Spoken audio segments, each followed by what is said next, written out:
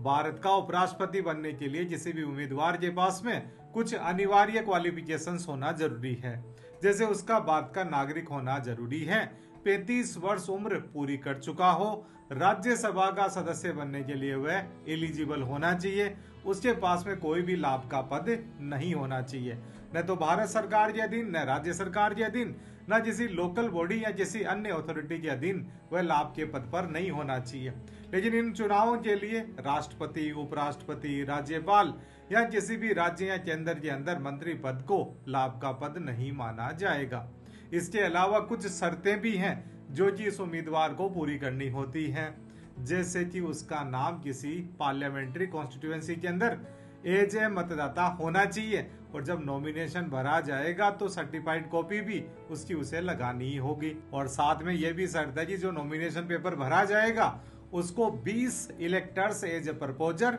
और 20 इलेक्टर as a सेकेंडर के द्वारा सब्सक्राइब किया हुआ होना चाहिए। यानी 20 मतदाता यहाँ पे प्रस्तावक और 20 मतदाता यहाँ पे अनुमोदक के रूप में नॉमिनेशन पेपर को सब्सक्राइब करें, और वो भी प्रेसिडेंशियल और वाइस प्रेसिडेंशियल रूल 1974 के फॉर्म 3 के अकॉर्डिंग। बाद में जो भी अपॉइंटेड डे है, यानी जिस तारीख को नॉमिनेशन पेपर भरा जाना है, उसके सुबह 11 बजे से लेके 3 बजे के बीच में इस नॉमिनेशन फॉर्म को रिटर्निंग ऑफिसर के सामने जमा करवा दें। इसके अलावा